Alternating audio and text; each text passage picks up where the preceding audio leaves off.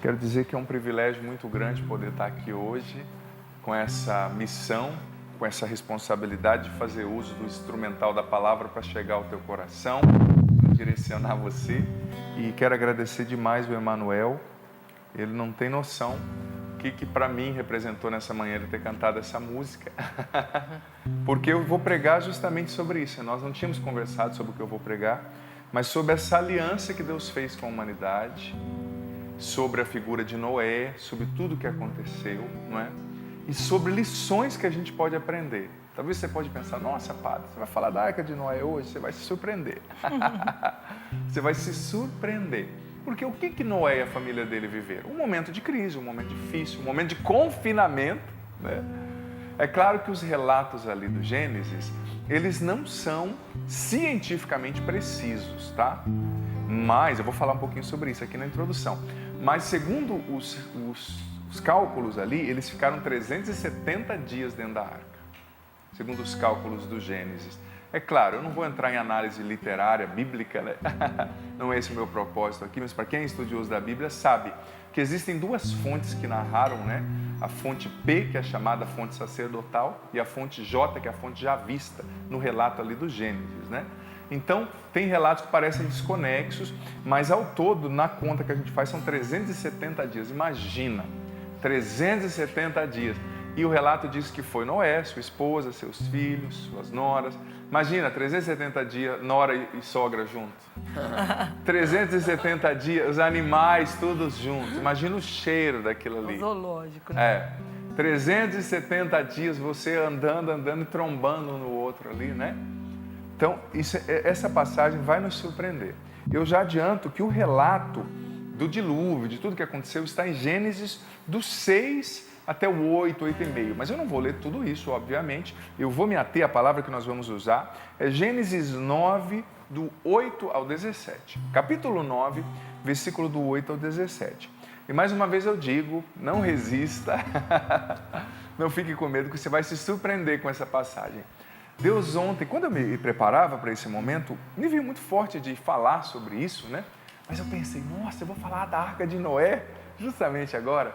E Deus foi me revelando coisas fantásticas, passos, ações que Noé e sua família tiveram que ter para viver bem aquele tempo, sabe? De confinamento, aquele tempo para superar até aquela tempestade, aquela provação. E veja bem, já introduzo dizendo que a Bíblia não é um livro de ciência, a Bíblia não é um livro de etnologia que mostra as etnias, povos. A Bíblia não é um livro de história. Então não busque na Bíblia o que ela não vai te dar, que ela não pode te dar, né? Aqui, você sabia que o homem bíblico, quando ele escreveu, ele não estava preocupado em mostrar se Adão existiu ou não, se a arca existiu ou não. Para o homem oriental, para o homem bíblico, a intenção dele não era essa. A intenção dele era revelar uma intuição de fundo, uma verdade religiosa. Então, a Bíblia é um livro religioso, não é um livro de ciência. Então, nós vamos aqui entender o ensinamento religioso, teológico que está por trás, né? Tem gente que fala, mas como, né? Como que se Caim matou Abel, ele casou com quem? Não tinha mais ninguém. O homem bíblico, ele não está preocupado em dar essa resposta. E haja vista, quero abrir esse parêntese, que depois do século XVI, XVII, nós aqui no Ocidente, depois de um filósofo francês chamado René Descartes, que pensou naquilo que desenvolveu a teoria do penso, logo existo. Ele começou, a partir da sua teoria científica, dizer que a verdade é só aquilo que cabe na nossa cabeça. Mas, para Deus, Deus não cabe na sua cabeça. O dia que Deus caber na minha cabeça, na sua cabeça, ele deixou de ser Deus, né? Porque ele entrou num esquema humano.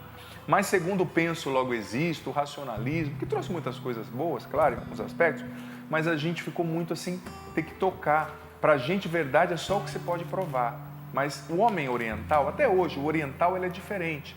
Para o oriental, nem sempre a verdade é o que se pode provar. Porque existem verdades que você não pode provar. Por exemplo, pai, eu te amo, prova o seu amor. Como que você vai medir? Como que você vai entrar aqui no meu coração e medir? É um conceito que é difícil, você não quantifica amor, né? Você não quantifica verdade, você não quantifica bem, está dentro da gente, são conceitos superiores, né? Então, o homem oriental, para ele, verdade não é só o que cabe numa fórmula matemática. E para a Bíblia, nem sempre 2 e 2 são 4. Na matemática de Deus, nem sempre 2 mais 2 são 4, sabe? Então, vamos já desarmar esse gatilho, né? Porque a narrativa do dilúvio, ela está mostrando algo muito mais profundo do que somente um extermínio em massa. Não é isso. A intuição de fundo que o autor sagrado está trazendo é que que o homem, o ser humano, se desviou do propósito original. Em algum momento, a humanidade teve que ser recriada, sabe, refeita. E você sabia que teologicamente falando, essa narrativa da Arca de Noé nos revela 3 intuições profundas. Nessa narrativa existem 3 coisas prefiguradas, tipificadas, que a gente fala. Primeira coisa, Noé é imagem de Cristo. Noé salvou aquela humanidade, perpetuou a existência através do lenho da arca, da madeira da arca. Jesus nos salvou, nos deu vida nova através do lenho da cruz, da madeira da cruz. Noé é a imagem de Cristo. Cristo é o novo Noé. A arca é a imagem da igreja. Só quem estava dentro da arca se salvou. Sabe, só quem estava ali abarcado por aquela arca se salvou. E mesmo quem não está dentro dessa barca diretamente, não pertence à igreja, se salva através do anúncio da igreja, através dos sacramentos, das orações, das penitências da igreja, através do ministério da igreja. O Papa, os Santos Padres dizem que a igreja é um sacramento, um sacramento através do qual Deus salva o mundo. E a arca é a igreja que tem como líder o próprio Jesus, o novo Noé, Os sobreviventes do dilúvio do pecado são os que entram na arca, que é a igreja, através do batismo. E a terceira coisa que essa realidade, que essa narrativa nos apresenta, as águas do dilúvio ali prefiguram o batismo, porque a nova criação, ali eles foram purificados de todo o mal e lavados pela água do dilúvio para viver uma nova criação, uma nova vida. E através do batismo nós também somos purificados, nós também somos verdadeiramente lavados de todo o mal. Então vamos entender essa narrativa, vamos entender o que a narrativa tem a nos dizer. E foram 370 dias ali dentro. Imagina, gente, a vontade de saltar daquela arca que não dava. Mas olhava-se lá fora, só via o caos, só se via a água. Enfim, vamos ler então essa narrativa. Gênesis capítulo 9, versículo do 8 ao 17. Deus disse a Noé e a seus filhos: de minha parte, vou estabelecer a minha aliança convosco e com vossa descendência. Com todos os seres vivos que estão convosco, aves, animais domésticos e selvagens, enfim, com todos os animais da terra que convosco saíram da arca. Estabeleço convosco a minha aliança. Não acontecerá novamente que toda a carne seja exterminada pelas águas de um dilúvio. Não haverá mais dilúvio para devastar a terra.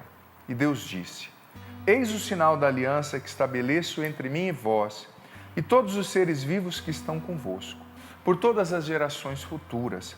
Ponho o meu arco nas nuvens como um sinal de aliança entre mim e a terra, como Emanuel cantou aqui. O arco-íris era o sinal dessa aliança. Quando eu cobrir de nuvens a terra, aparecerá o arco-íris nas nuvens. Então me lembrarei da minha aliança convosco e com todas as espécies de seres vivos, e as águas não se tornarão mais um dilúvio para destruir toda a carne. Quando o arco-íris estiver nas nuvens, eu o contemplarei como recordação da aliança eterna entre Deus e todas as espécies de seres vivos sobre a terra. Deus disse a Noé: esse é o sinal da aliança que estabeleço entre mim e toda a carne sobre a terra.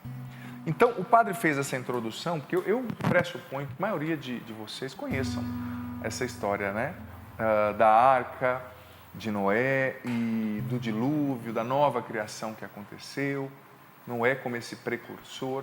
Mas eu faço essa introdução para dizer do que aconteceu, para dizer dessa aliança que Deus fez com a humanidade depois que Noé seguiu esses passos e atravessou essa tempestade. Mas não dá para dizer, gente, que foi uma tempestade, foi um momento difícil, foi um momento de provação, Só que Noé, a sua família e esse relato pode nos ensinar 10 coisas. Guarda aí no teu coração. 10 coisas importantes que a arca de Noé pode nos ensinar para vivermos bem, para atravessarmos essa tempestade, essa situação que nós estamos vivendo. Não dá para negar que é uma situação inusitada. Eu já falei isso aqui semana passada, a nossa geração não tinha vivido isso antes. Causa medo, causa ansiedade. E é interessante que muitas vezes as pessoas falam, mas não estão dando todas as informações. Gente, é um vírus novo. Os cientistas ainda não têm todas as informações, né? Então a gente está nessa caminhada. Então é uma situação difícil, mas olha, a palavra de Deus tem resposta para tudo. E nós vamos aprender esses 10 passos, 10 coisas que essa citação pode nos ensinar. E já coloco como pressuposto, Deus fez uma aliança de amor com a humanidade. Vou usar esse termo que é até pesado, mas é um termo que está aqui no Antigo Testamento, né? De não extermínio da humanidade. Ele nos chama a honrar essa aliança, vivendo a nossa conversão, vivendo a nossa entrega a Ele. Primeira realidade que essa citação da Arca de Noé pode nos ensinar. Olha, para viver bem esse tempo, nós precisamos entrar na barca, na arca que é a igreja, para podermos navegar tranquilamente no seu abrigo, no seu suporte, na sua segurança. Deixa eu explicar. Padre, mas eu não posso ir à igreja. Você não pode estar dentro da igreja, mas você pode levar a igreja dentro de você. Uma coisa é estar dentro da igreja, uma coisa é estar com a igreja dentro de si. É estar dentro dessa barca. Eu entendo, padre, eu não posso confessar, padre, eu não posso ir à missa, e é uma medida protetiva da igreja, como eu já falei na sexta-feira, visando o teu bem, a tua integridade física, sobretudo você na melhor idade, você criança, você vive frágil na sua imunidade por algum motivo. Mas olha, você pode não entrar na igreja templo, mas você pode levar a igreja dentro de você, porque a igreja é você, sou eu, somos nós. E olha, o Papa São João Paulo II, na Carta às Famílias de 1994, disse a importância das famílias serem igrejas domésticas. Eu ouvi o Emanuel falando um pouquinho disso ontem, dando um testemunho bonito.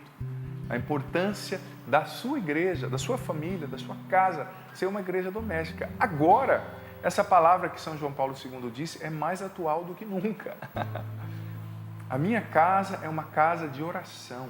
Repita isso aí na sua casa. A minha casa é uma casa de oração.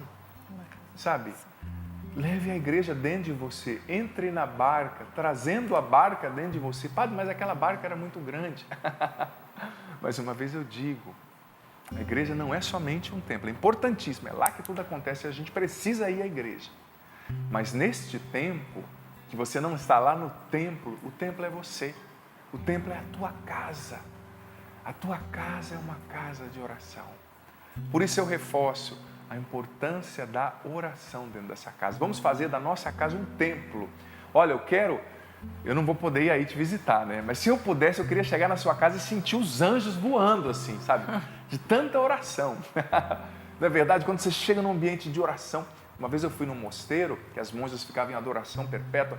Gente, você entra lá, parece que você está entrando no céu, né? Parece que você está sentindo o vento das asas dos anjos ali, né?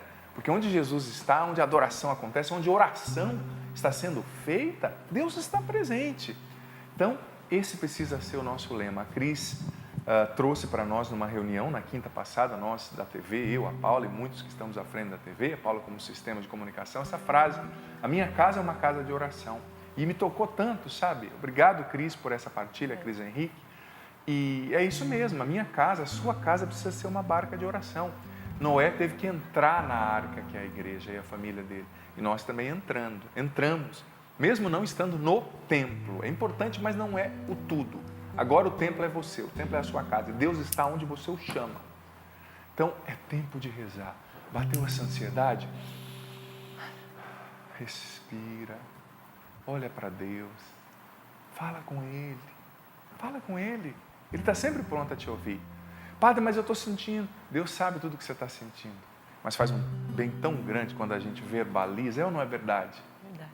Você pode estar angustiado. Pá, Deus não sabe tudo, Ele sabe, mas Ele fica tão feliz quando um filho dele decide contar. Você que é pai, mãe, pensa nisso. Seu filho está vivendo uma coisa, o teu vizinho te conta, teu filho está namorando. Ah, é? Ele não me falou nada. É tão bom quando você ouve do pai, do filho, aliás, né? Você pai, pai, o que o senhor acha da fulana lá? Pai, eu estou querendo namorar. Ah, filho, que bom, vai dar certo. E você já dá um conselho para o filho. Quando eu fui namorar sua mãe, foi assim, foi assado. Nossa, o pai se realiza, não é verdade? Você que é pai, você que é mãe, quando o teu filho faz você participar da alegria, mas também da angústia que ele está vivendo, você se sente útil. Entre na barca. A tua casa é casa de oração. A igreja está hoje aí, na tua casa. Igreja doméstica. Segunda realidade que a gente pode aprender com esse relato da Arca de Noé atravessando o dilúvio com a sua família. Saiba que a crise, a tempestade, elas podem extrair o melhor de nós. O melhor que nem nós sabíamos que tínhamos a oferecer. Sabe? Olha só Noé.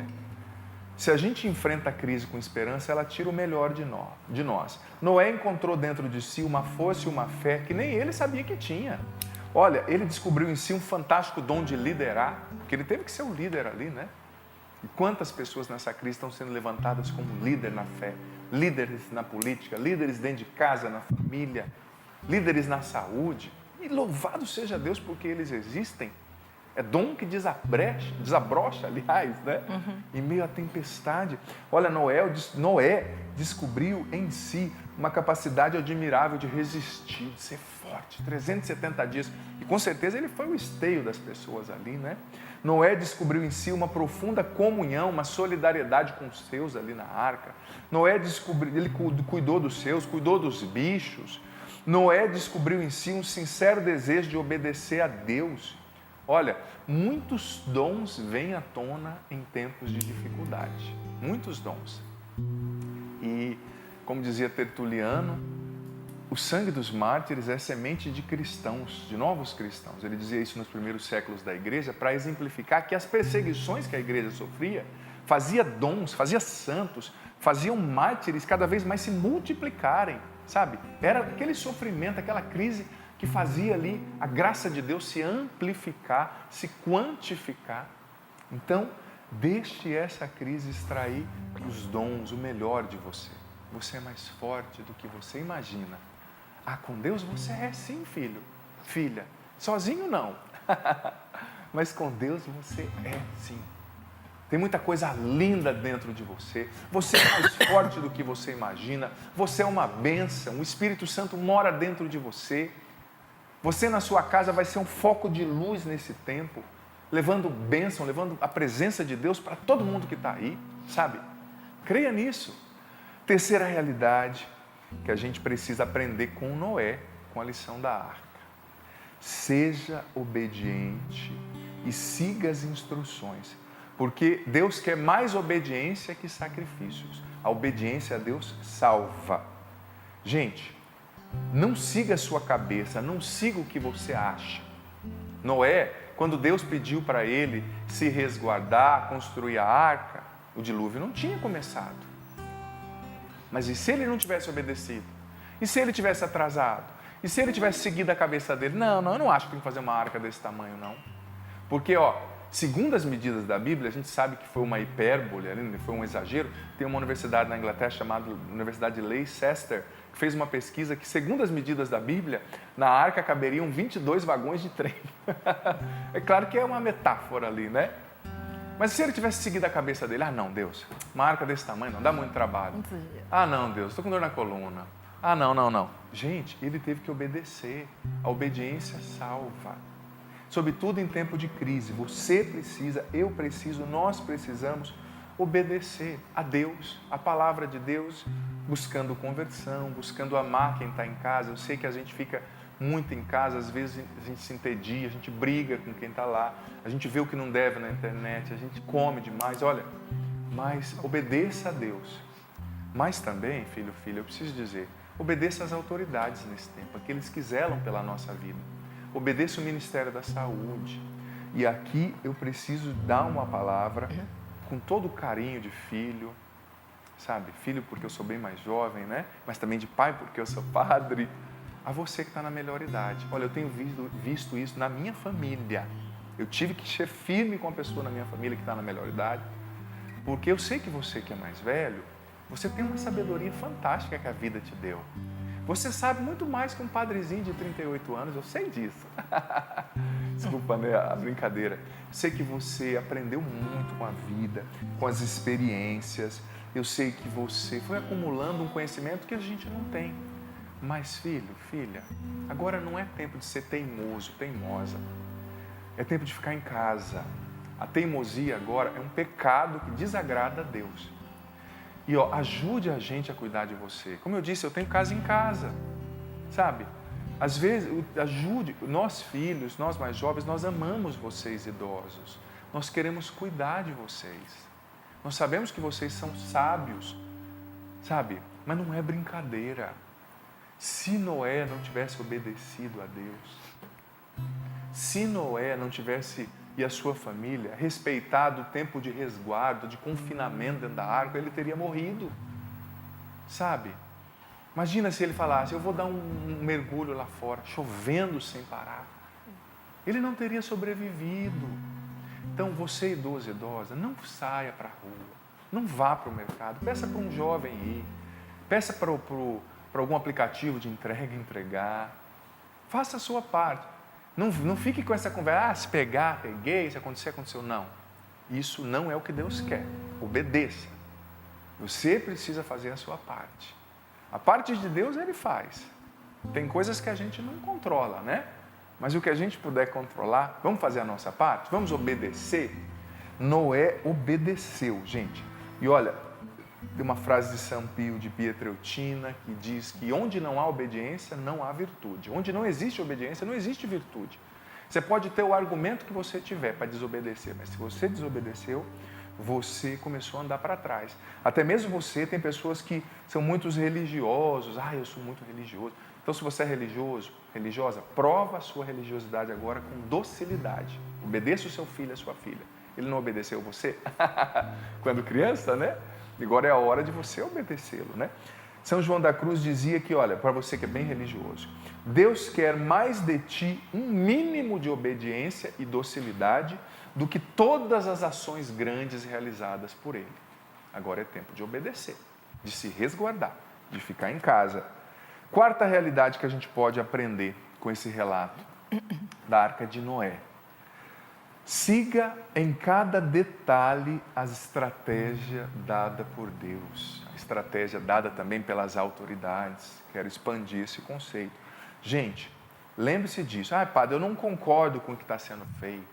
Eu não concordo, eu acho que tudo isso é uma armação. Gente, tanta gente, a gente viu, infelizmente, vindo a óbito na Itália, em tantos lugares, né? É tempo de seguir as instruções, não é tempo de agir para a própria cabeça, ainda que você não concorde, ainda que as direções não sejam o que você acredita, obedeça, seja dócil. A docilidade é a expressão de um coração humilde. O orgulhoso não sabe ser dócil ou obedecer. O humilde sabe, o humilde consegue. E olha, siga em cada detalhe a estratégia que Deus está dando, que a Bíblia está dando para enfrentar esse tempo, que as autoridades estão dando. E o interessante é que tem gente que fala, mas eu não tenho, não é isso, não é todos os recursos. Olha, eu não tenho todos os recursos, nós não temos todos os recursos. O Titanic foi feito por profissionais e afundou. A arca foi feita por amadores e prevaleceu. Então obedeça a Deus. Se você obedece a Deus, Ele vai dar eficácia, Ele vai dar êxito ao que você faz. Siga todas as instruções do Senhor e também as instruções para esse tempo de saúde. Interessante e bonito é que nesse tempo de luta, de pandemia, toda nação se torna né? E precisa se tornar aliás. Nós nos tornamos e precisamos nos tornar. Agora não é tempo de ter direita, de esquerda, não é tempo de ter isso, aquilo. Agora é tempo de sermos brasileiros, de sermos uma só família, de sermos irmãos, sabe? E também de fazermos a nossa parte. Quinto passo, quinta realidade que nós podemos aprender com a Arca de Noé. Com certeza, gente, eles tiveram que encontrar formas de viverem bem aquele tempo de confinamento e de recolhimento. Então, é preciso, quinto passo, quinta realidade, aproveitar bem esse tempo de recolhimento em casa, como Noé e sua família tiveram que fazer dentro da arca. Aproveite esse tempo em casa. Tem tanta gente que me fala, Padre Adriano, eu queria rezar, Padre, mas eu não tenho tempo. Eu queria ler a Bíblia, mas eu não tenho tempo. Eu queria me aprofundar, ouvir suas pregações de pregadores da Canção Nova no YouTube, eu não tenho tempo. Claro que as circunstâncias não são as mais desejáveis, mas a gente está tendo tempo. Então aproveite esse tempo para rezar. Aproveite esse tempo para se reconectar com você mesmo, com as suas reais necessidades, com a sua família. Aproveite esse tempo para rever as suas prioridades na vida. Você sabia que nesse mundo frenético que a gente vive, muitas vezes a gente entra no automático da vida. A gente vai só fazendo coisas, acorda, levanta correndo, vai trabalhar, volta para casa correndo, janta, dorme, acorda, a gente não pensa. Esse tempo de parada precisa ser um tempo estratégico para a gente se reconectar com a gente mesmo, para a gente rever as nossas escolhas. Talvez você não está vivendo, você só está existindo, deixando a vida te levar. Então aproveite esse tempo para refletir. Quem eu sou? O que eu tenho feito na minha vida? Talvez esse é o tempo para você refletir sobre a forma como você tem sido pai e mãe e perceber que não está sendo legal. Talvez você precisa corrigir, mudar alguma coisa, abandonar posturas que são prejudiciais. Aproveite esse tempo para rever a forma como você tem sido padre, bispo, religioso, religiosa, mãe, pai, profissional, político. Talvez você está deixando a vida te levar e está no automático, mas você está indo para um lugar que você não quer ir. Você não quer chegar lá. Então para, respira, reflete sobre a vida, aproveite esse momento, se reconecta com você. Talvez esse seja um tempo de um redimensionamento profissional. Pensar no que você está fazendo, como você está existindo, gastando seu tempo. Talvez seja o tempo de você começar a direcionar suas escolhas para novas metas. Traga à sua mente o que te dá esperança. Uma parada para refletir e repensar a vida pode se tornar algo muito positivo. Com certeza Noé e sua família, eles puderam rezar, eles puderam refletir, porque afinal eles tiveram que começar uma nova humanidade, né? Com certeza ali vieram inspirações da parte de Deus naquela arca. Com certeza ali vieram novas direções, um novo redirecionar. O Papa São João Paulo II, mais uma vez o cito, dizia que a gente não tem que ter medo do silêncio. Sabe, o silêncio revela quem a gente é, por isso que muita gente corre dele, né? O silêncio revela o que está dentro da gente, mas não tenha medo. Faça mesmo essa quarentena se reconectando com você. E ontem eu ouvi uma profissional, médica, psiquiatra, em um programa falando... Toma um pouco de água, Canção Nova. Toma, pai. Falando sobre passos que a gente precisa ter para viver uma boa saúde mental nesse tempo, né? De parada, de quarentena. E interessante, semana passada eu estava dizendo para as meninas e para o Manuel aqui, que eu procurei aqui no programa trazer a palavra, os elementos para nos ajudar a nos situar na crise, né? Agora já são os passos que a gente precisa dar dentro da crise, né? O foco é outro, já que o padre vai trabalhar essa semana, que a gente precisa trabalhar. Mas essa profissional da saúde dizia que para a nossa saúde mental, porque nós vamos ficar em casa, que é uma quebra abrupta de rotina, de ritmo, isso mexe com a gente. É importantíssimo cultivar uma rotina. Sobretudo você, idoso, idosa, mas todos nós, né?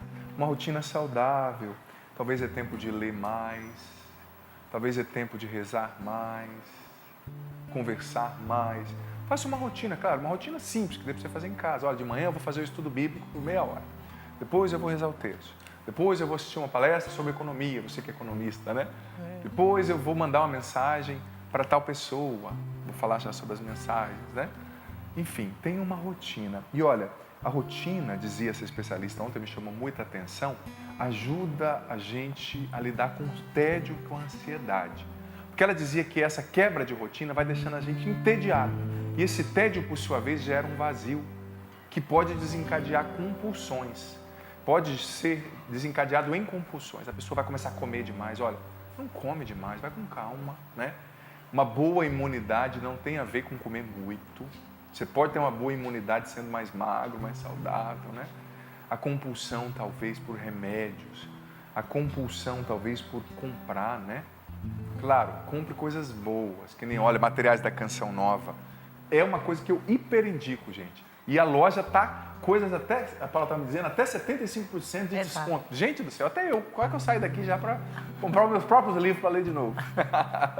Mas é claro, são coisas que vão te preencher. A Canção Nova está entregando, está, graças a Deus, ó, funcionando maravilhosamente bem esse serviço.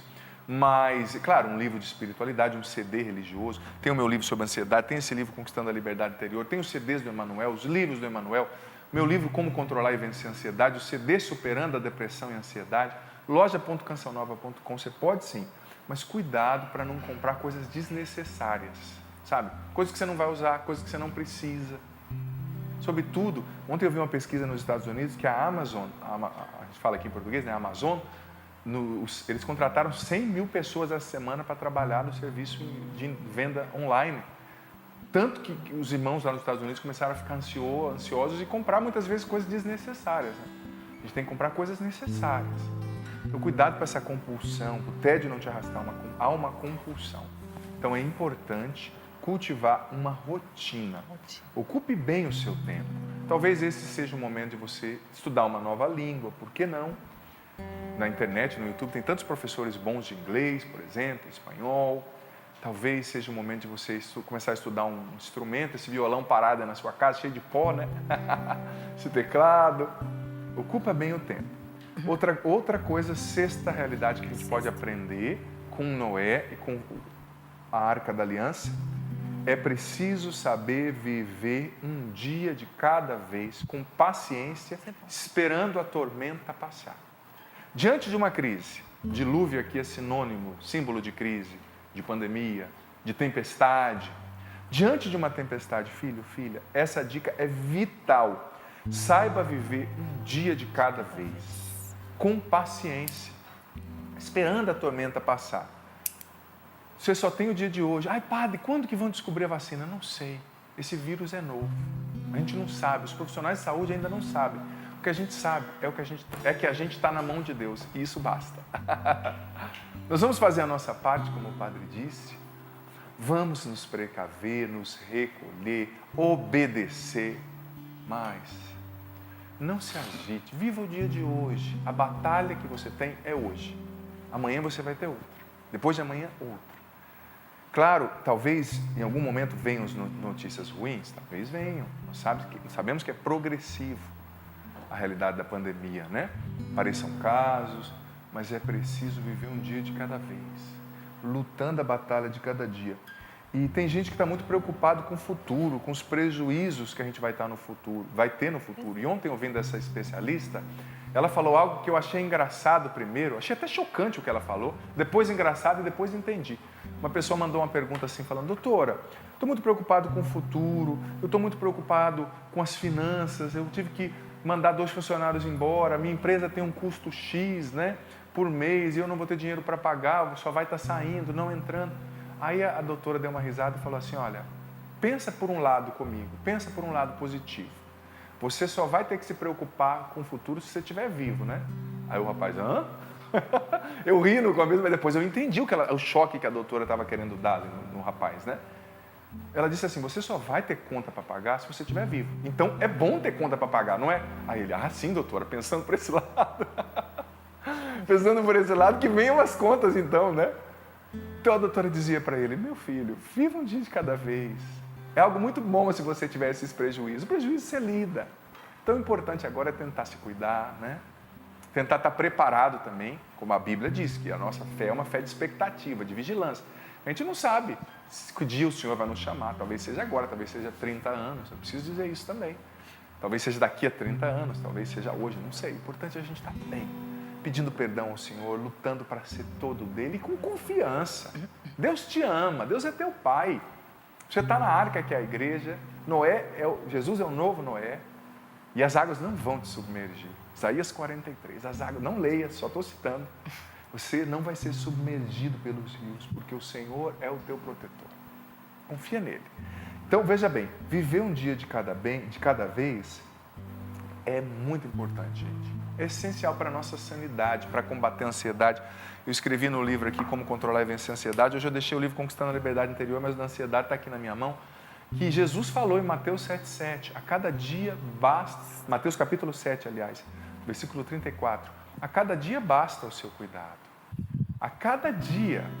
Então viva o dia que se chama hoje, rezando, amando, dando o seu melhor. E veja bem, a velocidade nem sempre é uma vantagem, tenha paciência. Você sabia que ali na arca tinham leopardos, que são os animais quase mais rápidos que existem, e caramujos, que são os mais devagar? Os dois estavam juntos dentro da arca. Velocidade nem sempre é importante. Nós estamos juntos dentro da arca, mas o nosso comandante é Jesus. Sétima realidade que nós podemos aprender com essa passagem da Arca de Noé para esse tempo de pandemia e tempestade, eles entraram juntos na arca. Eles cuidaram um do outro dentro da arca. Este precisa ser para nós um tempo de solidariedade, de um atento cuidado uns com os outros. Por isso eu digo mais uma vez, com todo respeito filial a você, idoso, idosa, irmão, irmã na melhor idade, filho, filha, porque eu sou padre, então eu sou teu pai, mesmo sendo novinho, com essa cara de menino, eu tenho autoridade espiritual para te chamar de filho e para te exortar quando necessário. Eu sou padre. Deus me deu essa autoridade. Então não seja teimoso, deixa a gente amar você. Você não tem que fazer nada lá na rua agora. É só um tempo, né? Seja dócil. Deixa a gente amar você. Deixa a gente cuidar de você. E por sua vez, esse precisa ser um tempo no qual o afeto, gente, sobressai. A gente precisa ter um dilúvio de amor nas nossas casas, um dilúvio de perdão, um dilúvio de generosidade, sabe? De educação. Cuidado do jeito que você fala com o outro. Se você chega lá na cozinha e fala para a tua irmã, ô fedida, me dá isso. Você já começou uma briga, né? Educação cabe em qualquer lugar, gentileza, generosidade, trate bem. Sobretudo você, homem, viu? Trata bem a sua esposa, as mulheres. Mas as mulheres também tratem bem os homens. É tempo de solidariedade. Na arca eles cuidaram um do outro, gente. Na arca eles cuidaram dos bichinhos. Sabe? É preciso nesse tempo, dentro de casa, confinado, respeitar o espaço do outro, o tempo do outro, ser educado, dialogar mais dentro de casa nessa quarentena. Oitava realidade que nós podemos aprender com Noé, com essa narrativa da arca, com a aliança, né? Como o padre disse, a narrativa são 2,5 capítulos. Eu usei uma parte para dizer o que aconteceu depois e agora eu estou explicando o ensinamento a partir de toda essa narrativa, que é uma narrativa ampla. Oitava realidade que nós podemos aprender. A gente precisa aprender com Noé e com a família dele a se recolher esperando em Deus com confiança. A Bíblia diz que aqueles que esperam em Deus não serão confundidos. Olha, não deve ter sido fácil para eles ficar ali dentro daquela arca, como não está sendo para você, para mim. Mas o fato de a espera deles ser em alguém superior, alguém que os amava e sustentava, deu a eles força para atravessar tudo aquilo. Você não está esperando pelo coronavírus, você está esperando em Deus. E isso muda tudo. Isso muda tudo. Você não está com medo esperando uma invasão de um vírus, não. Você está prudentemente se recolhendo e esperando em Deus. Noé e a família deles, eles não estavam esperando o dilúvio passar. Eles estavam esperando a hora de Deus chegar para a vida deles. Eles estavam esperando a nova criação que Deus tinha para eles. Eles estavam esperando em Deus. Você não espera contra o vírus, você espera em Deus. Enfrente essa tempestade esperando em Deus com confiança. Faça de Deus a sua esperança e o motivo da sua espera. Isso vai te fortalecer muito nesse tempo. Isso vai te fortalecer muito. Nosso tempo está passando rápido hoje. Isso vai te fortalecer muito nesse tempo. Olha só, uma frase linda de Santa Teresinha sobre espera e confiança em Deus. Santa Teresinha do Menino Jesus dizia: espero tudo do bom Deus, como uma criancinha espera tudo do seu pai. Mais uma vez, Santa Teresinha dizia: espero tudo do bom Deus, como uma criancinha espera tudo do seu pai. Como isso descomplica as coisas, né? Você não está esperando contra o vírus, você não está esperando se salvar, você está esperando em Deus. Ele é o motivo. Olhe para Ele. Nona e penúltima realidade, nunca se esqueça que a tempestade vai passar e o dilúvio vai acabar. Não se esqueça disso. Saiba viver em profunda comunhão com Deus esses dias dentro da arca. Pois essa tempestade vai passar. Não importa a força, o poder da tempestade, quando você está com Deus, há sempre um arco-íris te esperando depois da tempestade. Sinal de aliança. Sinal daquilo que Deus tem para você. Deus fez uma aliança após o dilúvio, de não extermínio, né? E Deus é fiel. Deus não é homem para mentir. Claro, a gente se extermina e se aniquila com o pecado, escolhendo viver uma vida sem Deus. Mas os braços dele estão sempre abertos para nos acolher a nossa verdade. E, por fim, última realidade, 10ª realidade, que nós podemos aprender aqui, podemos aprender com Noé, com a arca, com a sua família. E eu vou dar um jeito de postar isso aqui depois, eu sei que as pessoas gostam de acompanhar, né? E é pedagógico a gente repartir assim em pontos. Mas olha, essa última realidade, deixe-se, permita-se consolar e fortalecer por Deus em cada momento desta travessia. E saiba descansar em Deus, chorando no seu ombro de pai quando necessário, desabafando com Ele quando necessário. Gente, eu tenho certeza que Noé viveu muitas vezes isso na arca. Pequenas crises, pequenos momentos de angústia, ansiedade, mas ele não viveu isso sozinho. Ele entregou tudo isso a Deus na oração, sabe? Tenho certeza que às vezes Noé chegou lá num cantinho da arca, se é que tinha cantinho sem ninguém, né? Aquela arca super lotada, devia ter pelo menos um banheiro lá, né, para ele se trancar. Às vezes é assim, né? A gente quer rezar, tem que se trancar no banheiro. Você que tem filho pequeno, né? É bem por aí, rezar, viu, padre? vai lá no banheiro, Manuel, que eu digo. É bem no chuveiro. Seus anos são mais pequenos, mas você já viveu isso e vive ainda. Vive lá, ainda? né? É. Enfim, com certeza Noé se trancou lá no banheiro dizendo: ai meu Deus, quando isso vai acabar? Não aguento mais água. É que nem eu e você, não aguento mais falar de coronavírus. Eu não aguento mais falar da Itália. Quando que isso vai acabar? Noé teve suas pequenas crises. Noé teve as suas pequenas ansiedades, os seus tédios, mas ele não viveu isso sozinho.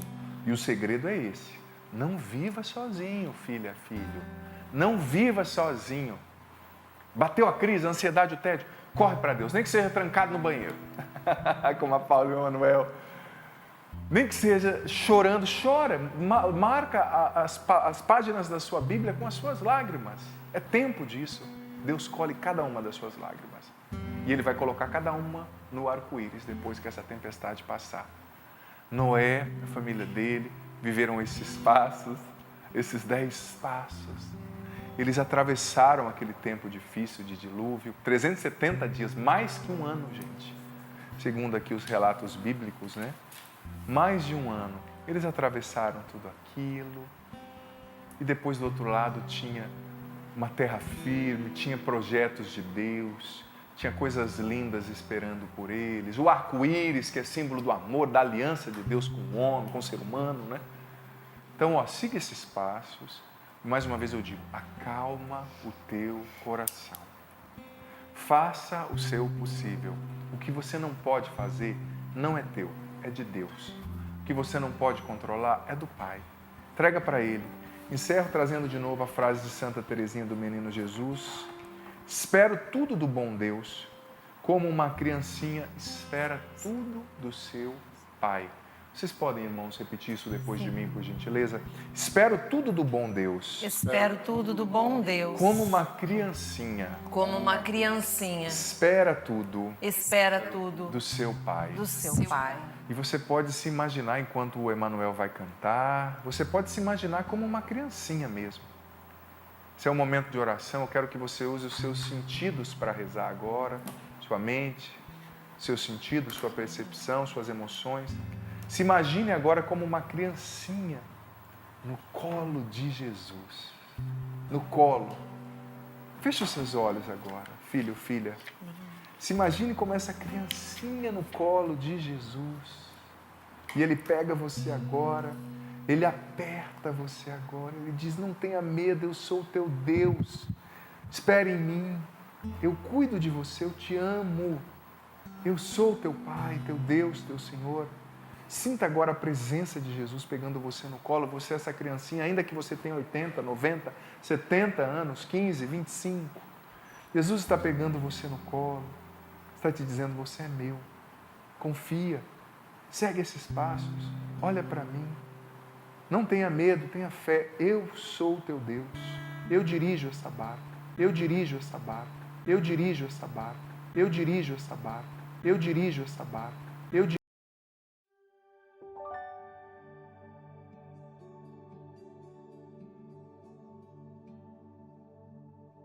Seja muito bem-vindo, bem-vinda ao episódio 58 do nosso podcast diário aqui no meu canal no YouTube, youtube.com/Padre Adriano Zandoná, podcast chamado A Bíblia em um Ano.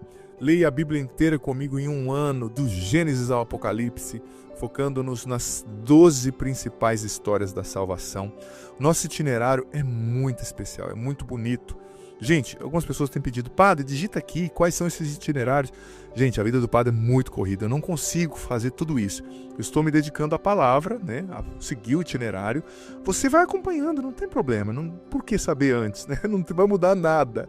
Mas eu falo mais uma vez, qual é o itinerário? Quais são as 12 principais histórias que dão sentido à história da salvação? A criação, os patriarcas, o Egito, né, e o Êxodo, saída ali do Egito, o deserto, o tempo no deserto, a conquista da terra prometida e os juízes, o tempo dos reis, o tempo do reino dividido, né, norte e sul, Israel e Judá, o tempo do exílio, o tempo do retorno do exílio, o tempo da revolta dos macabeus, o tempo da igreja e os checkpoints messiânicos. O que são os checkpoints messiânicos? De tempos em tempos, por exemplo, estamos lendo lá o Antigo Testamento, o Egito, o Êxodo, o deserto, a conquista da terra prometida, os juízes. Depois entra o Evangelho de João, de nada, lá no meio, do nada, né? Lá no meio do Antigo Testamento, para já fazer os nossos olhos entenderem que muito do que estava sendo profetizado lá já está sendo cumprido em Jesus. Depois voltamos para o tempo real, tempo dos reis. Depois entra o Evangelho de Marcos. Depois voltamos para o tempo do exílio, do retorno do exílio. Depois entra o Evangelho de Mateus. Depois entramos na revolta dos macabeus, tempo dos macabeus, entra o Evangelho de Lucas. E depois, no período da igreja, que é o último, é só o Novo Testamento, Atos dos Apóstolos, cartas de São Paulo, no final, Apocalipse, Hebreus, cartas de Santiago, de Pedro. Nós vamos percorrer a Bíblia inteira. Então esse é o método, fique em paz, que está acontecendo, né? E mesmo eu não tendo digitado, gente, porque peço até misericórdia de vocês, o Padre faz muita coisa e eu não tenho tempo assim de parar e de ficar seguindo cada detalhezinho, eu não tenho uma grande equipe para me ajudar, então eu faço de coração e peço a sua compreensão nesse sentido. Vamos lá então para a leitura de hoje na voz do Orlando Júnior. Números capítulo 7. Tendo Moisés acabado de levantar o tabernáculo, de ungí-lo e consagrá-lo com todos os seus utensílios, bem como o altar e todos os seus utensílios, que também ungiu e consagrou os príncipes de Israel, chefes de suas casas patriarcais, os príncipes das tribos que haviam presidido ao recenseamento, apresentaram sua oferta. Levaram-na diante do Senhor, 6 carros cobertos e 12 bois, ou seja, um carro para 2 príncipes e um boi para cada um, e os ofereceram diante do tabernáculo. Então o Senhor disse a Moisés: recebe-os para que sejam empregados no serviço da tenda de reunião, e entrega-os aos levitas, segundo as funções de cada um. Moisés tomou os carros e os bois e os entregou aos levitas. Deu aos filhos de Gerson, segundo as suas funções, 2 carros e 4 bois. Aos filhos de Merari, segundo as suas funções, sob a vigilância de Itamar, filho do sacerdote Aarão, deu 4 carros e 8 bois. Aos filhos de Caate, porém, não deu carros nem bois, porque tinham o cuidado de objetos sagrados que levavam aos ombros. Os príncipes apresentaram sua oferta para a dedicação do altar no dia em que ele foi ungido, e trouxeram-na diante do altar. O Senhor disse a Moisés: os príncipes ofereceram, cada um em seu dia, a sua oferta para a dedicação do altar. No primeiro dia foi Naasson, filho de Abinadab, da tribo de Judá, quem apresentou a oferta. Ofereceu um prato de prata pesando 130 siclos, uma bacia de prata pesando 70 siclos, segundo o ciclo do santuário, ambos cheios de flor de farinha amassada com óleo para a oblação. uma taça de ouro pesando 10 siclos, cheia de perfume, um novilho, um carneiro e um cordeiro de 1 ano para o holocausto, um bode para o sacrifício pelo pecado, e ainda 2 bois, 5 carneiros, 5 bodes e 5 cordeiros de 1 ano para o sacrifício pacífico. Essa foi a oferta de Naasson, filho de Abinadab. No segundo dia, apresentou sua oferta o príncipe de Issacar, Natanael, filho de Suar.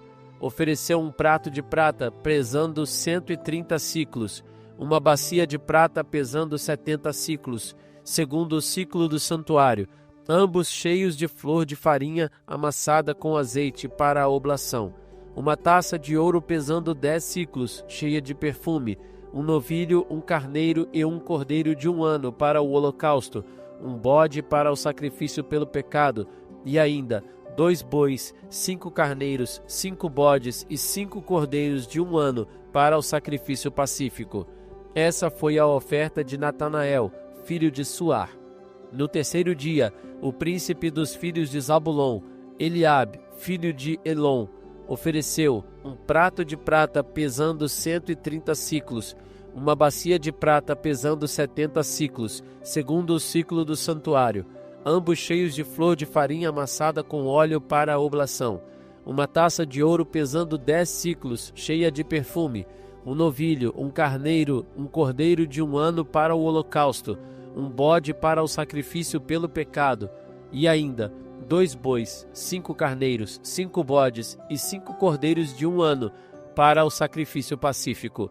Essa foi a oferta de Eliabe, filho de Elon.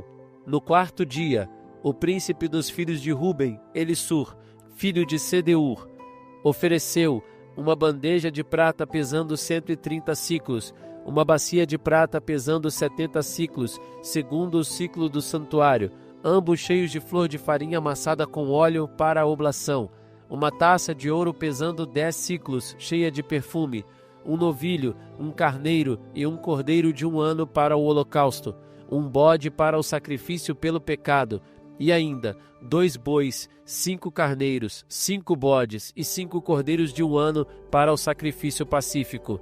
Essa foi a oferta de Elissur, filho de Sedeur. No quinto dia, o príncipe dos filhos de Simeão, Salamiel, o filho de Surizadai, ofereceu um prato de prata pesando 130 siclos, uma bacia de prata pesando 70 siclos, segundo o ciclo do santuário, ambos cheios de flor de farinha amassada com azeite para a oblação, uma taça de ouro pesando 10 siclos, cheias de perfume, um novilho, um carneiro e um cordeiro de 1 ano para o holocausto, um bode para o sacrifício pelo pecado, e ainda 2 bois, 5 carneiros, 5 bodes e 5 cordeiros de 1 ano para o sacrifício pacífico. Essa foi a oferta de Salamiel, filho de Surizadai. No sexto dia, o príncipe dos filhos de Gad, Eliasaf, filho de Reuel, ofereceu um prato de prata pesando 130 siclos, uma bacia de prata pesando 70 siclos, segundo o ciclo do santuário, ambos cheios de flor de farinha amassada com azeite para a oblação, uma taça de ouro pesando 10 siclos, cheias de perfume, um novilho, um carneiro e um cordeiro de 1 ano para o holocausto, um bode para o sacrifício pelo pecado, e ainda 2 bois, 5 carneiros, 5 bodes e 5 cordeiros de 1 ano para o sacrifício pacífico. Essa foi a oferta de Eliasaf, filho de Reuel. No sétimo dia, o príncipe dos filhos de Efraim, Elissama, filho de Amiúde, ofereceu um prato de prata pesando 130 siclos, uma bacia de prata pesando 70 siclos, segundo o ciclo do santuário, ambos cheios de flor de farinha amassada com azeite para a oblação, uma taça de ouro pesando 10 siclos, cheias de perfume, um novilho, um carneiro e um cordeiro de 1 ano para o holocausto, um bode para o sacrifício pelo pecado, e ainda 2 bois, 5 carneiros, 5 bodes e 5 cordeiros de 1 ano para o sacrifício pacífico. Essa foi a oferta de Elissama, filho de Amiúde.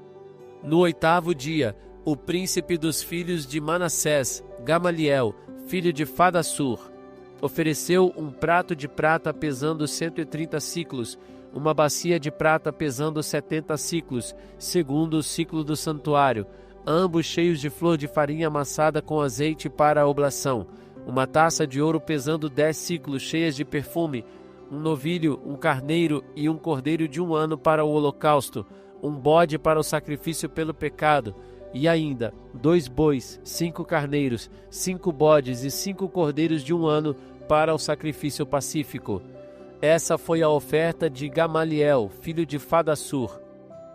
No 9º dia, o príncipe dos filhos de Benjamim, Abidã, filho de Gedeão, ofereceu um prato de prata pesando 130 siclos, uma bacia de prata pesando 70 siclos, segundo o ciclo do santuário, ambos cheios de flor de farinha amassada com azeite para a oblação, uma taça de ouro pesando 10 siclos, cheias de perfume, um novilho, um carneiro e um cordeiro de 1 ano para o holocausto, um bode para o sacrifício pelo pecado, e ainda 2 bois, 5 carneiros, 5 bodes e 5 cordeiros de 1 ano para o sacrifício pacífico. Essa foi a oferta de Abidã, filho de Gedeão.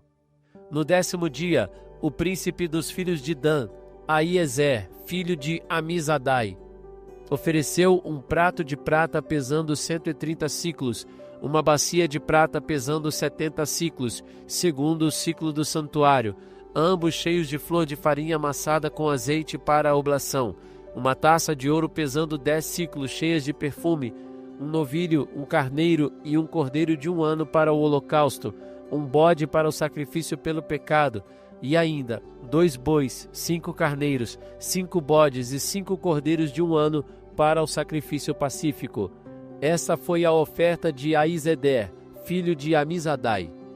Nos 11º dia, o príncipe dos filhos de Azer, Fegiel, filho de Ocrã, ofereceu um prato de prata pesando 130 siclos, uma bacia de prata pesando 70 siclos, segundo o ciclo do santuário, ambos cheios de flor de farinha amassada com azeite para a oblação, uma taça de ouro pesando 10 siclos, cheias de perfume, um novilho, um carneiro e um cordeiro de 1 ano para o holocausto, um bode para o sacrifício pelo pecado, e ainda 2 bois, 5 carneiros, 5 bodes e 5 cordeiros de 1 ano para o sacrifício pacífico. Essa foi a oferta de Fegiel, filho de Ocrã. No 12º dia, o príncipe dos filhos de Neftali, Aira, filho de Enã, ofereceu um prato de prata pesando 130 siclos, uma bacia de prata pesando 70 siclos, segundo o ciclo do santuário, ambos cheios de flor de farinha amassada com azeite para a oblação, uma taça de ouro pesando 10 siclos, cheias de perfume, um novilho, um carneiro e um cordeiro de 1 ano para o holocausto, um bode para o sacrifício pelo pecado, e ainda 2 bois, 5 carneiros, 5 bodes e 5 cordeiros de 1 ano para o sacrifício pacífico.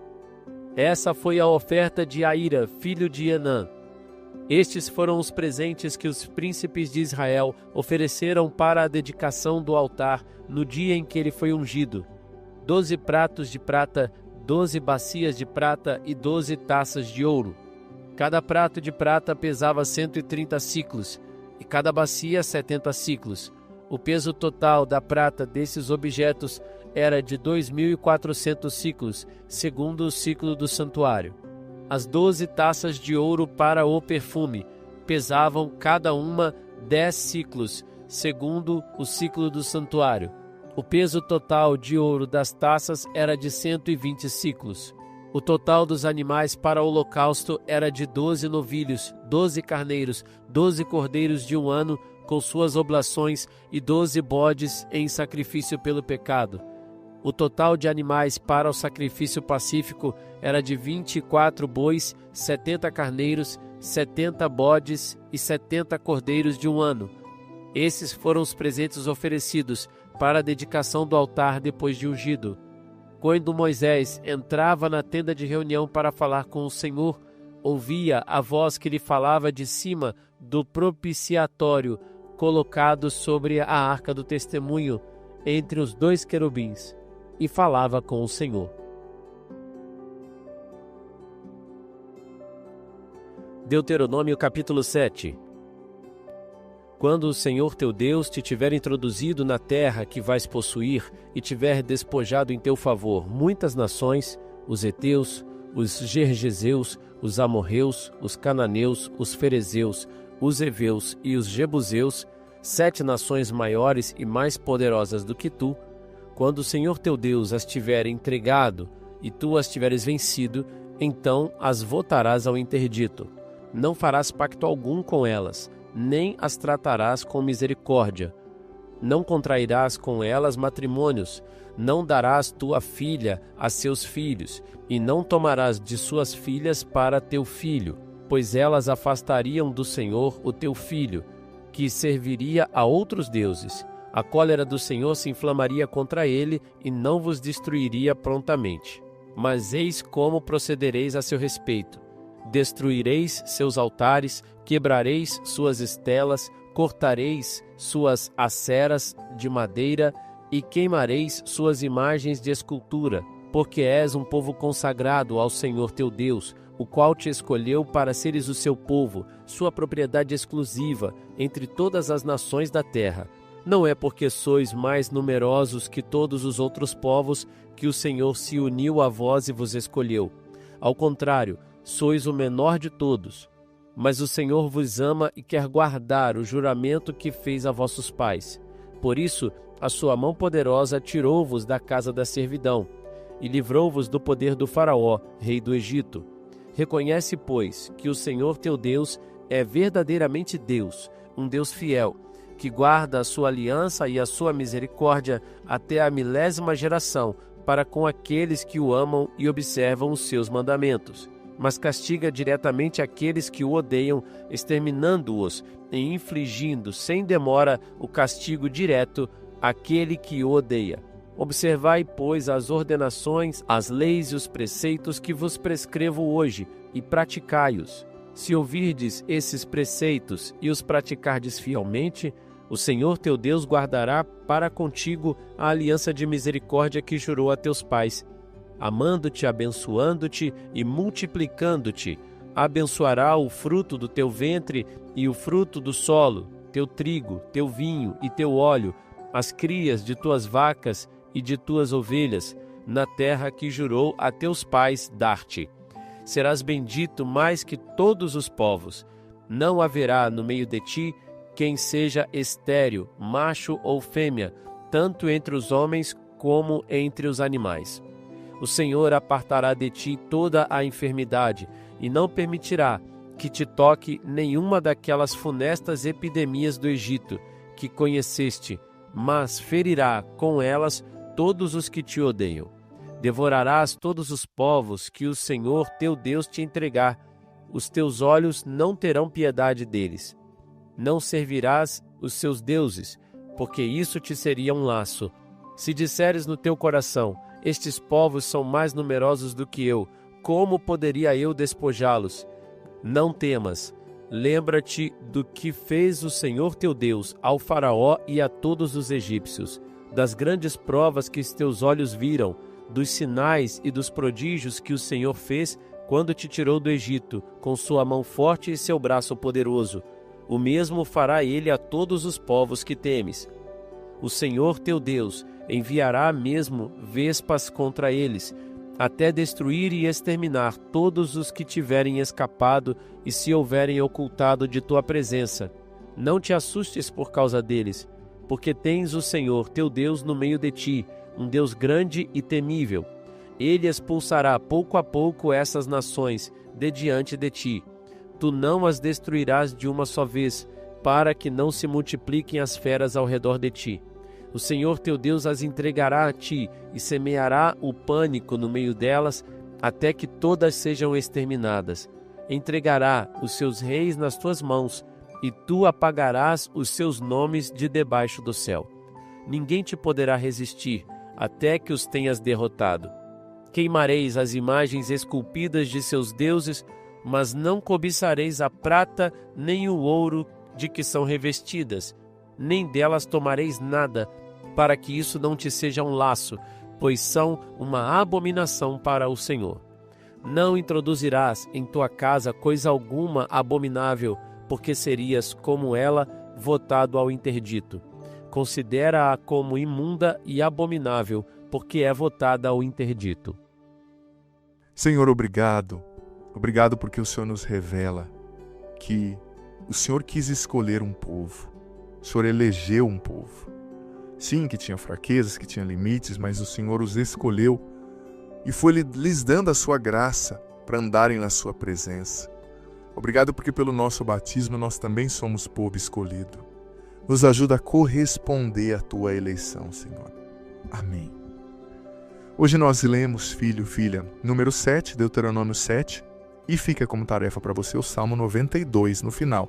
Não lembro se eu tinha falado os capítulos antes, se não falei, desculpa, mas número 7, Deuteronômio 7, e o Salmo 92 para você ler como tarefinha no final. Anota o Salmo, mesmo se eu não falar no final, já está dito aqui, né, que ele é importante.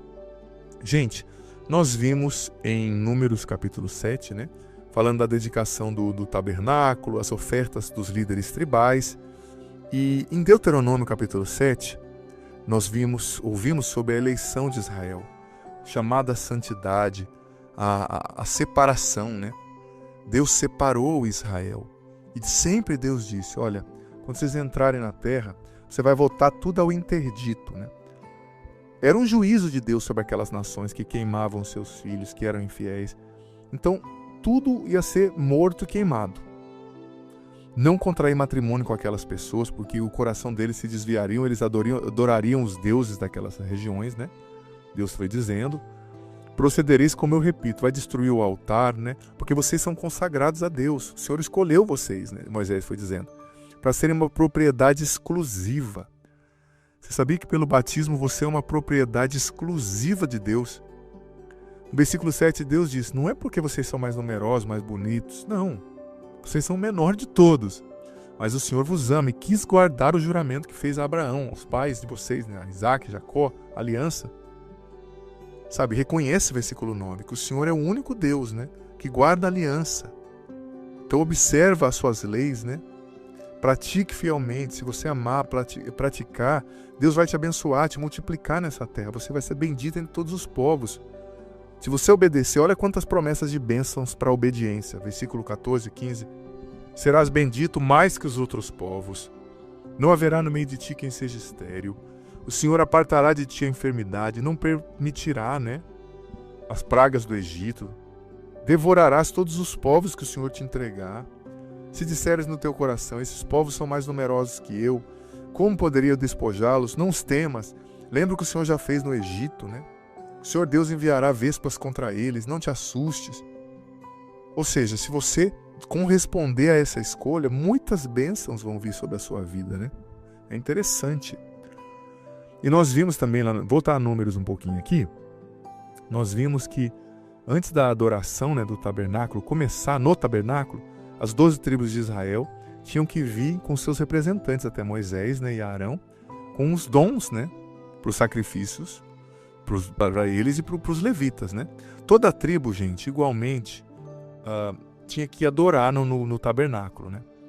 E voltando ao Deuteronômio, né, a gente vê que o amor de Deus é tão grande. Deus escolheu aquele povo, ele mesmo disse, não é porque vocês são bonitos, não é porque vocês são sábios, não é porque vocês são santos, não, porque eu fiz uma aliança, eu sou fiel. Mas da parte de vocês, correspondam a essa aliança. O que Deus pediu? Tire do meio de vocês que não é santo, para vocês não serem influenciados a adorarem outros deuses. Gente, na vida da gente como cristão também, muitas vezes a gente cai, a gente pisa na bola, porque a gente fica cultivando amizade com pessoas para as quais Jesus não é uma prioridade. A gente fica cultivando relacionamento profundo com pessoas que são profanas, que não querem seguir a Deus, que não têm no Evangelho um valor. Essas pessoas nos afastam de Deus, gente. Nós nos tornamos a medida das 5 pessoas com as quais a gente mais convive. O mix dessas 5 pessoas. Então tudo bem, ter um colega é uma coisa, mas um amigo profundo para o qual Jesus não é uma prioridade, não dá. Talvez Deus está te pedindo hoje para largar algumas amizades. Talvez Deus está te pedindo hoje aquelas amizades até boas, mas que só te levam para a chácara, só te levam para a piscina, que não buscam a Deus, que acham ruim de você ir à igreja. Não.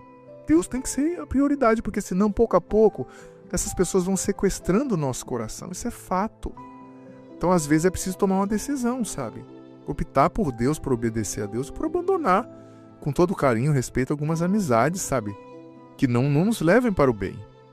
O Senhor esteja convosco, Ele está no meio de nós, que desça sobre vós a bênção do Deus Todo-Poderoso, Ele que é Pai, Filho e Espírito Santo. Amém. Digita aqui agora, nem que seja uma linha, duas, que você entendeu desse evangelho, dessa reflexão, que ficou forte para você. E, por favor, partilha aí com seus contatos.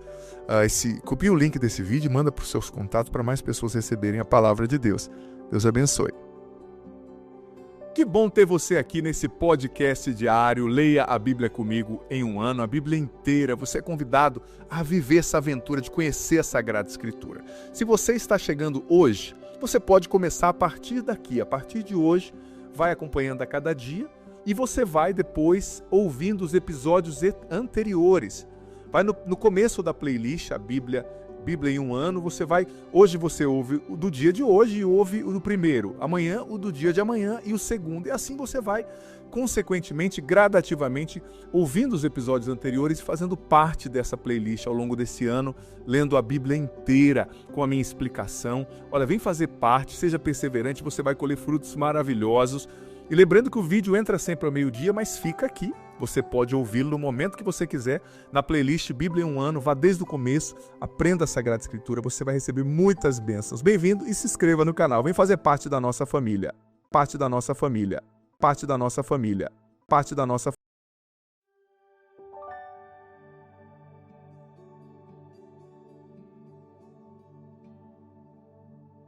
Deus abençoe a você, muito bem-vindo, filho, filha, ao meu episódio, ao nosso podcast diário, a Bíblia em um ano, episódio 59. Hoje leremos Números, capítulo 8 e 9, Deuteronômio, capítulo 8 e o Salmo 93.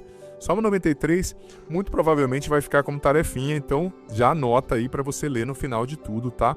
Sozinho, para você ter a sua intimidade com a palavra. Se você puder estar com a Bíblia na mão mesmo, eu prefiro. Lembrando que eu estou usando aqui, eu uso sempre a Bíblia da Ave Maria, mas é a Bíblia online, Bíblia Católica Online, é a edição que está na internet, tá? Mas qualquer dúvida você acompanha lendo aqui na tela, tá aparecendo, né? Gente, a Bíblia em um ano, leremos a Bíblia toda de Gênesis a Apocalipse aqui nesse ano. O vídeo é soltado, aparece aqui no canal, né? Postado, melhor dizendo, sempre ao meio-dia, mas fica aqui para você acompanhar a hora que você puder, na playlist Bíblia em um ano. Copia o link, já partilha com mais pessoas, para mais pessoas rezarem juntos, lerem juntos, aprenderem juntos, tá bom? É muito importante para nós aprendermos juntos com outras pessoas, melhor dizendo, junto com outras pessoas, isso é muito bom. E também, se você é novo, nova, se inscreva no canal, vem fazer parte da nossa família, ativa o sininho das notificações para você saber quando entrarem coisas novas. Deixa já seu joinha, like, curtida nesse vídeo, porque é só assim que você me ajuda a evangelizar, que você faz o YouTube mostrar esse conteúdo para mais pessoas, tá? Aqui no canal tem muita coisa boa, gente. Tem aqui o terço que entra todo dia às 6 da tarde. Tem também a homilia que entra todos os dias. É muita coisa boa, muita coisa legal mesmo. Então hoje nós vamos ler Números 8 a 9, Deuteronômio 8 e o Salmo 93. Números capítulo 8. O Senhor disse a Moisés: Dize a Arão o seguinte: Quando colocardes as lâmpadas no candelabro, faça de tal modo que as 7 lâmpadas projetem sua luz para a frente do mesmo candelabro. Arão assim fez, e colocou as lâmpadas na parte dianteira do candelabro, como o Senhor tinha ordenado a Moisés. O candelabro era feito de ouro batido, seu pé, suas flores, tudo era de ouro batido, e foi feito segundo o modelo que o Senhor tinha mostrado a Moisés. O Senhor disse a Moisés o seguinte: Toma os levitas do meio dos israelitas e purifica-os. Eis como farás para purificá-los: asperge-os com água da expiação, e eles passem uma navalha sobre todo o corpo, lavem suas vestes e purifiquem-se a si mesmos. Tomem então um touro com a sua oblação de flor de farinha amassada com óleo, e tomarás tu um segundo touro em sacrifício pelo pecado. Farás aproximarem-se os levitas diante da tenda de reunião e convocarás toda a assembléia dos israelitas. Mandarás os levitas que se aproximem diante do Senhor, e os israelitas porão suas mãos sobre eles. Arão oferecerá os levitas ao Senhor como oferta agitada, em nome dos israelitas, a fim de que eles sejam destinados ao serviço do Senhor. Os levitas porão suas mãos sobre as cabeças dos touros, dos quais oferecerá um em sacrifício pelo pecado e outro em holocausto ao Senhor, para fazer a expiação em favor dos levitas. Mandarás que os levitas se conservem de pé diante de Arão e seus filhos, e os apresentarás em oferta agitada ao Senhor. Separarás desse modo os levitas do meio dos israelitas, e eles serão meus. Depois disso virão para a tenda de reunião para me servirem.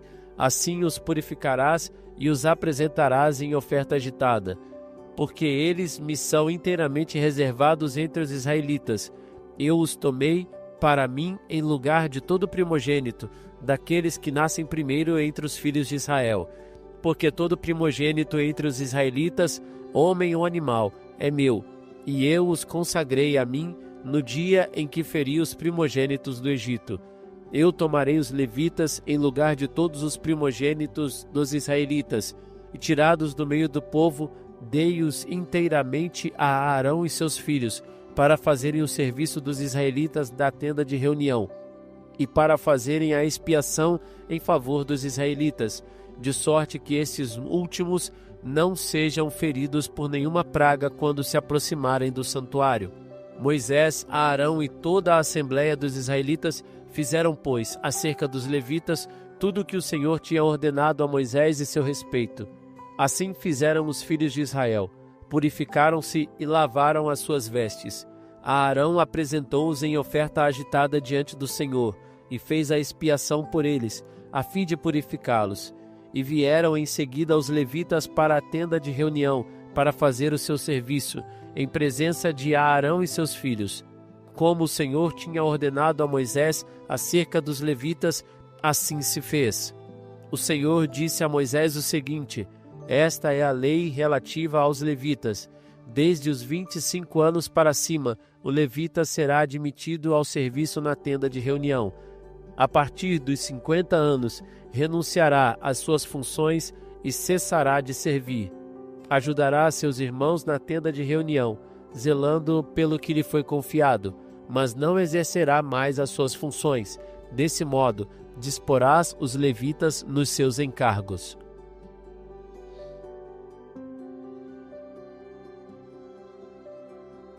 Números capítulo 9. No primeiro mês, no segundo ano após a saída do Egito, o Senhor falou a Moisés perto do Sinai. Disse-lhe: celebrem os israelitas a Páscoa no tempo fixado. Vós a celebrareis no 14º dia deste mês, conforme foi marcado, entre as 2 tardes, e fareis essa festa segundo todas as leis e prescrições que lhes são próprias. Moisés mandou que os israelitas celebrassem a Páscoa. Celebraram-na no 14º dia do primeiro mês, entre as 2 tardes, no deserto do Sinai. Os israelitas fizeram tudo o que o Senhor tinha ordenado a Moisés. Ora, alguns homens, não podendo fazer a Páscoa naquele dia, pois se tinham manchado tocando em um cadáver, apresentaram-se a Moisés e a Arão naquele dia, e disseram-lhe: estamos impuros, porque tocamos em um cadáver. Vamos por isso ser privados de apresentar com os outros israelitas a oferta do Senhor no dia fixado? Esperai, respondeu Moisés. Vou consultar o Senhor para saber o que ordena a vosso respeito. Então o Senhor disse a Moisés: dize aos israelitas o seguinte: se um de vós ou de vossos descendentes estiver impuro por haver tocado em um morto, ou se achar em viagem longe de vós, não deixará de celebrar a Páscoa em honra do Senhor. Eles celebrarão aos 14 dias do segundo mês, entre as 2 tardes. Deverão comê-la com pães sem fermento e ervas amargas. Nada deixarão para o dia seguinte, não quebrarão nenhum de seus ossos, e farão essa festa segundo todas as prescrições relativas à Páscoa. Mas se alguém, estando puro, não se encontrar em viagem e todavia não fizer a Páscoa, será cortado de seu povo, porque não apresentou a oferta do Senhor no tempo estabelecido. Este levará a pena do seu pecado. Se o estrangeiro que mora no meio de vós fizer a Páscoa do Senhor, terá de se conformar às leis e às prescrições relativas à Páscoa. Haverá uma só lei, que será a mesma para todos vós, para o estrangeiro e para o natural. No dia em que o tabernáculo foi levantado, a nuvem o cobriu, e sobre o tabernáculo, isto é, na entrada do testemunho, desde a tarde até pela manhã, apareceu como uma espécie de fogo. Assim acontecia continuamente. A nuvem cobria o tabernáculo e à noite assemelhava-se ao fogo. Quando se levantava a nuvem sobre a tenda, os israelitas punham-se em marcha. No lugar onde a nuvem parava, ali acampavam. À ordem do Senhor, levantavam o acampamento, e à sua ordem o assentavam de novo. E ficavam no acampamento enquanto a nuvem permanecesse sobre o tabernáculo. Mesmo quando ela se detinha muito tempo sobre ele, os israelitas não partiam e aguardavam a ordem do Senhor. E se acontecia de a nuvem ficar poucos dias sobre o tabernáculo, então, à ordem do Senhor, permaneciam acampados, e à ordem do Senhor se punham em marcha. Se a nuvem se detinha desde a tarde até pela manhã, e chegada a manhã se levantava, eles partiam.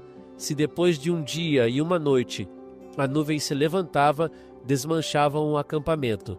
Mas se a nuvem se detinha sobre o tabernáculo vários dias, um mês ou mesmo um ano, os israelitas permaneciam acampados e não partiam. Só partiam quando se levantava a nuvem. Levantavam e desmanchavam o acampamento segundo a ordem do Senhor, e observavam o mandamento do Senhor, como este lhes tinha ordenado por Moisés. Deuteronômio capítulo 8. Tereis muito cuidado em praticar tudo o que hoje vos prescrevo, para que possais viver e multiplicar-vos, e entrar na possessão da terra que o Senhor jurou dar a vossos pais. Lembra-te de todo o caminho por onde o Senhor te conduziu durante esses 40 anos no deserto, para humilhar-te e provar-te, e para conhecer os sentimentos de teu coração, e saber se observarias ou não os seus mandamentos. Humilhou-te com a fome, deu-te por sustento o maná, que não conhecias nem tinham conhecido os teus pais, para ensinar-te que o homem não vive só de pão, mas de tudo o que sai da boca do Senhor. Tuas vestes não se gastaram sobre ti, e teu pé não se inchou durante estes 40 anos. Reconhece, pois, em teu coração, assim como um homem corrige seu filho, assim te corrige o Senhor teu Deus. Guardarás os mandamentos do Senhor teu Deus, andando em seus caminhos e temendo-o, porque o Senhor teu Deus vai conduzir-te a uma terra excelente, cheia de torrentes, de fontes e de águas profundas que brotam nos vales e nos montes. Uma terra de trigo e de cevada, de vinhas, de figueiras, de romãzeiras, uma terra de óleo de oliva e de mel, uma terra onde não será racionado o pão que comeres e onde nada faltará, terra cujas pedras serão de ferro e de cujas montanhas extrairás o bronze. Comerás a saciedade e bendirás o Senhor teu Deus pela boa terra que te deu. Guarda-te de esquecer o Senhor teu Deus, negligenciando a observância de suas ordens, seus preceitos e suas leis que hoje te prescrevo. Não suceda que, depois de teres comido a saciedade, de teres construído e habitado formosas casas, de terdes visto multiplicar-se teus bois e tuas ovelhas, e aumentar a tua prata, o teu ouro e o teu bem, o teu coração se eleve, e te esqueças do Senhor teu Deus, que te tirou do Egito, da casa da servidão. Foi ele o teu guia neste vasto e terrível deserto, cheio de serpentes ardentes e escorpiões, terra árida e sem água, que fez jorrar para ti água do rochedo duríssimo. Foi ele quem te alimentou no deserto com um maná desconhecido de teus pais, para humilhar-te e provar-te, a fim de te fazer bem depois disso. Não digas no teu coração: a minha força e o vigor do meu braço adquiriram-me todos esses bens. Lembra-te de que é o Senhor teu Deus quem te dá a força para adquiri-los, a fim de confirmar, como o faz hoje, a aliança que jurou a teus pais. Se, esquecendo-te do Senhor teu Deus, seguires outros deuses, rendendo-lhes culto e prostrando-te diante deles, desde hoje vos declaro que perecereis com toda a certeza. Como as nações que o Senhor exterminou diante de vós, assim também perecereis vós, se não ouvires a voz do Senhor, vosso Deus. Senhor, nós te agradecemos pela tua palavra, que sempre nos orienta, que é uma lâmpada para os nossos pés, para os nossos passos, luz para o nosso caminho. Não permita que nós nos desviemos, não permita que nós esqueçamos do Senhor e todos os seus benefícios na nossa vida. Amém. Gente, eu gostei demais, claro, o número está fantástico, mas Deuteronômio eu gostei demais.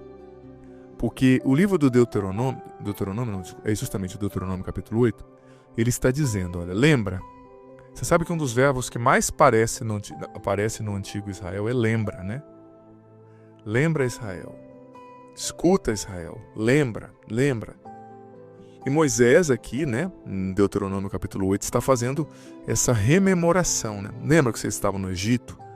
Lembra que o Senhor conduziu vocês, né? Humilhou-te com a fome, faz água sair da pedra, fez pão cair do céu. Guarde os mandamentos do Senhor. Lembra de tudo isso. Por quê? Versículo 7, Deuteronômio 8, 7. O Senhor vai conduzir-te a uma terra excelente, cheia de torrentes, fontes, águas profundas que brotam nos vales e nos montes. Eles viveram no deserto, e Deus ia conduzi-los para uma terra cheia de água, cheia de abundância. Então o que Moisés está dizendo? Olha, não esqueça de Deus quando Ele te abençoar, quando as coisas derem certo? Porque tem muita gente que é assim.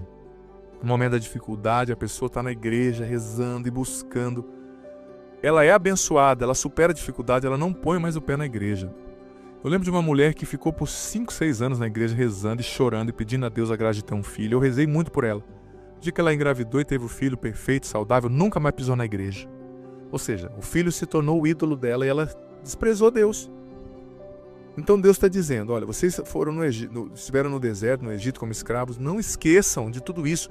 Quando vocês entrarem na terra prometida e a terra produzir fruto e tiver água, não esqueça. Não esqueça do que eu já te fiz. Ao versículo 11, Deuteronômio 8, 11. Guarda-te de esquecer o Senhor, o teu Deus, negligenciando a observância de suas ordens, seus preceitos e suas leis que te prescrevo. Não suceda que depois de teres comido à saciedade, de teres construído e habitado em casas formosas, depois de teres visto multiplicar-se os teus bois, as tuas ovelhas, aumentar a tua prata, o teu ouro, o teu bem, ter dinheiro, né? Teu coração se eleve, fique orgulhoso e te esqueças do Senhor teu Deus que te tirou do Egito, da casa da servidão. Foi Ele o teu guia nesse vasto e terrível deserto, cheio de serpentes, escorpiões. Foi Ele quem te alimentou no deserto. Gente, porque nós seres humanos, nós temos infelizmente essa infeliz tendência de quando tudo está bom e bem, esquecer de Deus, né? Não esqueça de Deus quando tudo está bem. Pelo contrário, busque a Deus. Tem gente que é assim. Eu faço, como eu disse esses tempos atrás, né? O propósito aqui quaresmal de 40 noites de oração diante dos Santíssimos, de 9 às 10 da noite. A quaresma de São Miguel na quaresma da igreja. A pessoa está sofrendo, está desempregada, vem fazer esse propósito. Depois que consegue o emprego, não faz mais. Eu preciso dormir para trabalhar. Mas antes você não tinha emprego, né? Então Deus te deu, agora você vai deixar de rezar? Não, aí que você tem que vir rezar. Muita gente, eu vou ser sincero, Deus não permite que muitas pessoas prosperem, porque Ele sabe que o dia que essas pessoas prosperarem, elas não terão mais Deus como prioridade. Mas, como disse a própria palavra aqui que eu li, o coração dela se elevará, se encherá de orgulho. Tem gente que era assim, era pobre, não tinha nada, era uma pessoa humilde, bom de lidar. A pessoa começou a ganhar dinheiro, começou a ter destaque. Nossa, a pessoa se torna intragável, insuportável, porque ela se acha demais, ela começa a achar que ela é muito boa, ela tem tudo porque ela conseguiu. Não, se não fosse a graça de Deus, você não teria nada, né? Não se esqueça de Deus no tempo da prosperidade. Talvez você até esteja aqui agora lembrando de uma pessoa, sabe, que participou da igreja, que buscou a Deus e que hoje está abençoada e sumiu. Reze por essa pessoa, mande uma mensagem para essa pessoa, não condenando nem nada, mas dizendo, olha, sentimos tua falta aqui na igreja, vem participar, né? É importante, gente. Temos que colocar Deus no centro da nossa vida. E você sabe, eu vou ser sincero com você, a pessoa tem que ter estrutura para passar por um deserto, por uma tempestade? Claro que tem. Mas a pessoa tem que ter estrutura também para ter sucesso. Nem todo mundo tem estrutura para ter sucesso. Tem pessoas que quando começam a ter sucesso, A pessoa vira, me perdoe, uma pessoa orgulhosa, vira uma pessoa intragável. Então, seja humilde, trabalhe a sua humildade. Porque se você não for humilde, Deus não permitirá que você cresça. Deus não permitirá que a bênção venha sobre você. E o livro de Números está falando, né, da Páscoa no deserto, fazendo memória da libertação divina, mais ou menos em consonância com o que a gente está falando aqui, né? O 9 fala da Páscoa no deserto, da memória da libertação, e o 8 fala novamente da consagração aos levitas, a preparação para o serviço do templo. Lembrando que nós temos o Salmo 93, que é um salmo muito importante para você ler aí, né? Não é um salmo grande, são só 23 versículos, mas leia em espírito de oração. O Senhor esteja convosco, Ele está no meio de nós. Que desça sobre vós, vosso dia, a bênção do Deus Todo-Poderoso, Pai, Filho e Espírito Santo. Amém. Você podia, seguindo a inspiração que eu dei aí uns dias atrás, escrever num papel, colar aí no espelho do seu banheiro, colar aí no batente da porta do seu quarto, colar aí na cama, né, na parte não sei como chama aquela parte da frente da cama, escrito assim: não se esqueça de Deus quando tudo estiver bem. Escreva para você lembrar você mesmo. Não se esqueça de Deus quando tudo estiver bem, tá bom? E escreva aqui nos comentários do que você entendeu dessa palavra, dessa reflexão. Que Deus sobre você a bênção do Senhor, Pai, Filho e Espírito Santo. Amém. Que bom ter você aqui nesse podcast diário. Leia a Bíblia comigo em um ano, a Bíblia inteira. Você é convidado a viver essa aventura de conhecer a Sagrada Escritura. Se você está chegando hoje, você pode começar a partir daqui. A partir de hoje, vai acompanhando a cada dia e você vai depois ouvindo os episódios anteriores. Vai no começo da playlist, a Bíblia em um ano, hoje você ouve o do dia de hoje e ouve o do primeiro, amanhã o do dia de amanhã e o segundo, e assim você vai, consequentemente, gradativamente, ouvindo os episódios anteriores e fazendo parte dessa playlist ao longo desse ano, lendo a Bíblia inteira, com a minha explicação. Olha, vem fazer parte, seja perseverante, você vai colher frutos maravilhosos.